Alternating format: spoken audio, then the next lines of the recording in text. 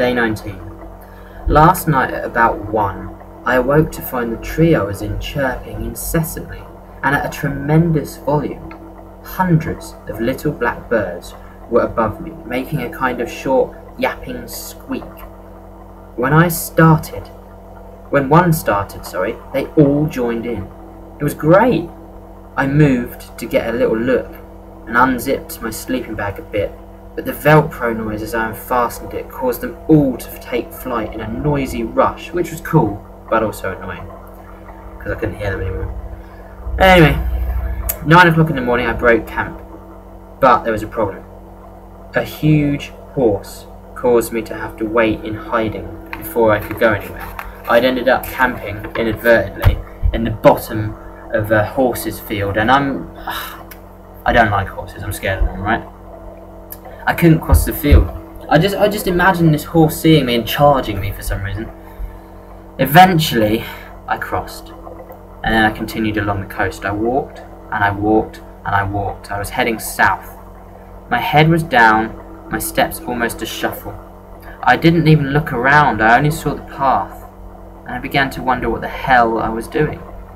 I kept playing this song in my head, Francis Lai, the theme from Love Story, over and over again. I heard it in a pub the other day, and then that didn't help. And I started thinking about my first love and going to Australia, and God, what a load of shit. Anyway, I finally saw a fire on the beach, so I headed over. I met this guy called John, 16 years, ex-traveller, been everywhere. He was cooking mussels and limpets on the fire, and we chatted. I also met Stu, his friend, and they showed me how to collect and cook and eat fresh limpet, crab and mussel, which was awesome. Really needed to find that out. Shared a joint and chatted for 2 hours all about travel.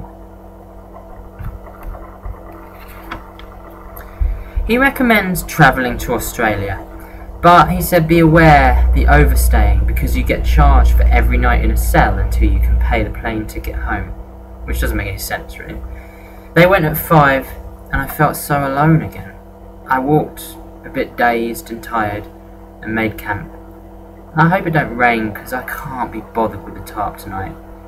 In the end, I bothered with the tarp, and thank God I did because it pissed it down for ages last night. Also heard a strange animal call from a nocturnal bird or something, kind of warbled. Day 20. Up at 11:30. Tarp served very well last night. The new pegs and cut down shape are brilliant. I walked fucking miles along the stony seashore to Clovelly, and it was absolutely wasted when I got there. I felt ill, and I was out of water since the morning. I fell in a rock pool, so my shoes and socks and feet are soaked. My trousers had a huge hole in and my ankles were fucked because of walking on stones all day. Clovelly's nice, it's an ancient fishing village. Got a couple of bananas from one woman. Food's really low, but I have found a way to stomach the muesli. 2% raisins. Without feeling like trying to eat hay, what you do is you mix it with the noodles and hey, protein and carbs sorted. So basically I was eating dry noodles and dry muesli. Anyway, carried along the coastal path and again just walked and fucking walked. Finally stopped when I could see Heartland Point coming up, about 2 miles away, if that. I gotta walk far tomorrow because I need water, food, and there's nowhere hospitable for miles here. Shit.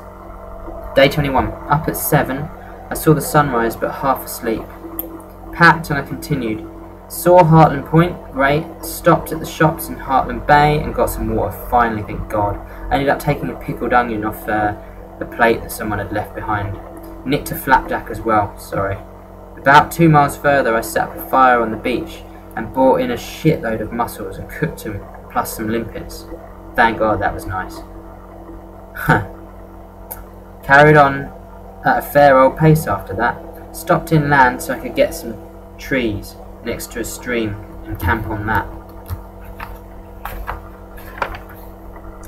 It's 8 PM now. I've set up camp in Bude, hidden away next to a pond. I've decided to head home tomorrow. Every day doing this is exactly the fucking same. Just the people have different names, or the views are slightly different. I need to get some perspective and actually do something I want to do. I was thinking about going to Oz and visiting my ex, but that's not the way. I've got to go forward, not back. Anyway, I walked for about 8 hours today. The people in the old Smithy Free House were amazing and gave me chocolate and fruit and drink, so I lasted all day till Bude. Bude was beautiful. Pun. Got loads of food. Sainsbury's bins were easy. I can't wait to sleep, wake, and then head for home. See my little brother and my sister, my mum and dad, hug them, sleep in a bed and shower, eat at a restaurant. Then I'm going to talk to Dad and try and make a plan. And pretty much that's the end of my travel that time.